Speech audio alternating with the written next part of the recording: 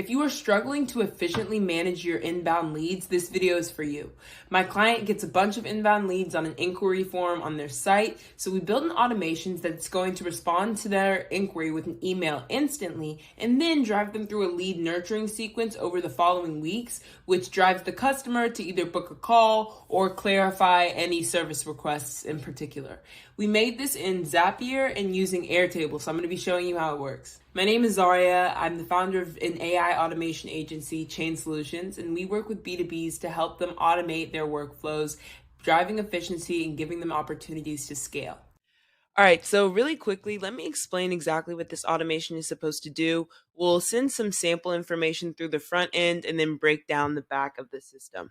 So my client was struggling with responding to all of his leads. Some would fall through the cracks. Emails are getting missed. A large majority of his inquiries are coming through this site. And so, if he's out and about and he's missing some of these, it can be really hard to get a lead back 3-4 weeks after they've submitted their initial inquiry. So what's going to happen every time an individual now fills out the form on his site is he will get a text letting him know there's been an inquiry, and the inquirer will receive an email with a call to action. In this case, it is directions to book a call, an initial consultation, and then it will pause for 2 days. During these 2 days, right after that text is sent, all of this information will be added into the client's CRM, which in this case is 17 Hats, a smaller program. So there will be a 2-day delay.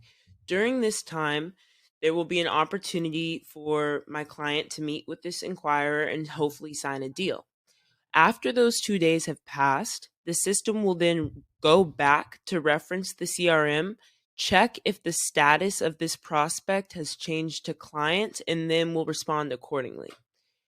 If this individual has not yet become a client, another email will be sent, further prompting the individual to book a call or follow up with any questions they might have. If not, and the individual actually is a client, nothing will happen in this scenario, and an update will be made to the CRM.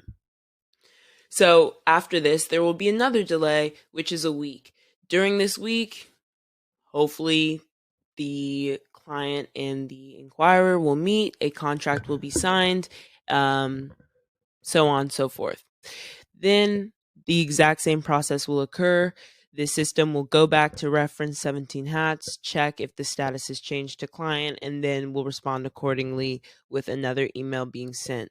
So that's just a simple breakdown. Let's go ahead and submit some sample information so we can see how everything works. So right now, in this moment, in real life, we are going to submit a inquiry for Alpha Bet and his partner, Soup.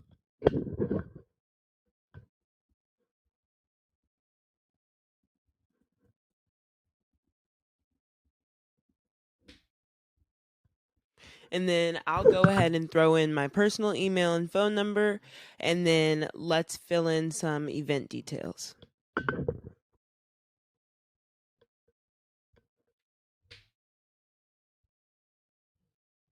All the information has been filled out. We're going to submit this. Okay, so immediately a text is sent. I'll put a clip of that here on the screen. And I actually just felt my watch buzz with an email, which I will also put here. You can see here, this is a short email with a call to action and a direct signature from the company. Also, if you're looking for somebody to take incredible wedding photos, family photos, whatever it may be, check out my main man. All right, let's go into the CRM and check the update there. Okay, here in 17 Hats, we have all of our information, including the name, the partner's name, our budget, event date and location, exactly where that lead came from, which is extremely helpful for analytics. And then if you saw on the form, let's actually just circle back to it. There are some additional response sections that I chose not to fill out, but you can and will be included in the CRM should you choose to fill that out. These notes will also be passed over directly to our client. Now let's go into Airtable. So I want us to pay attention to this bottom row here, which has all of that same information from the form. So Airtable is super helpful to be able to track dynamic information. Within Airtable, we can actually adjust our views, adjust what information that we're able to procure, and use it directly for our analytics. I'll make some more videos on how to use Airtable, but I'll also include a link to the 2 videos that I've already posted. It is a wonderful tool and it is great for integrating all of your automations. So lastly, let's go check out the back end.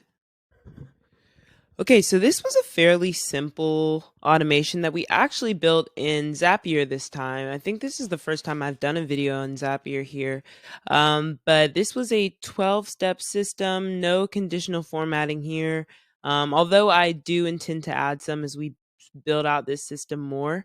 This one specifically starts with a webhook. I will be posting a video on webhooks this week, but I have an automation actually in Airtable which gets the record ID of any new submission from the form and sends that to this system via webhook. Then that information is used to actually find the webhook or find the record and get the rest of that information down from Airtable. Then we take all that info and add it directly into 17 Hats, which is why we were able to pull up all of the responses there. And that primary email goes out. I'll put it up on the screen again.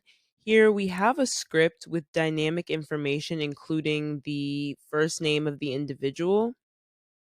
We can also heighten this by tracing the information such as the budget, the planner, the venue location. Any of that information can be mapped through to the email to heighten customization. The message alerting our client about this inquiry is then sent out after all of those steps have already happened. So that way, as soon as he gets that info, he can open up either his 17 Hats, his Airtable, or even the email and see the client's name and get a quick update on the scenario.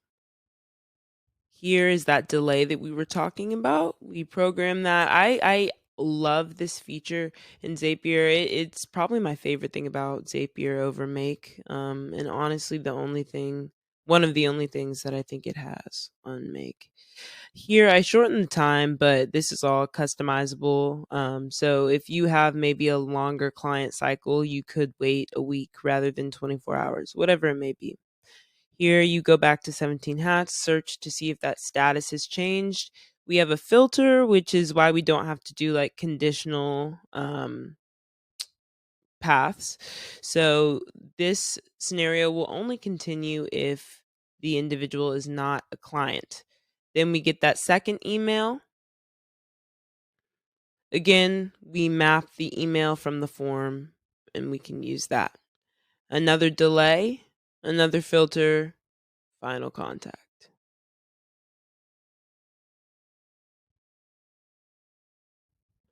All right, so I think that was a pretty simple automation, extremely helpful. I think everybody could use it. I literally have the exact same system running for myself. So just wanted to go over that with y'all.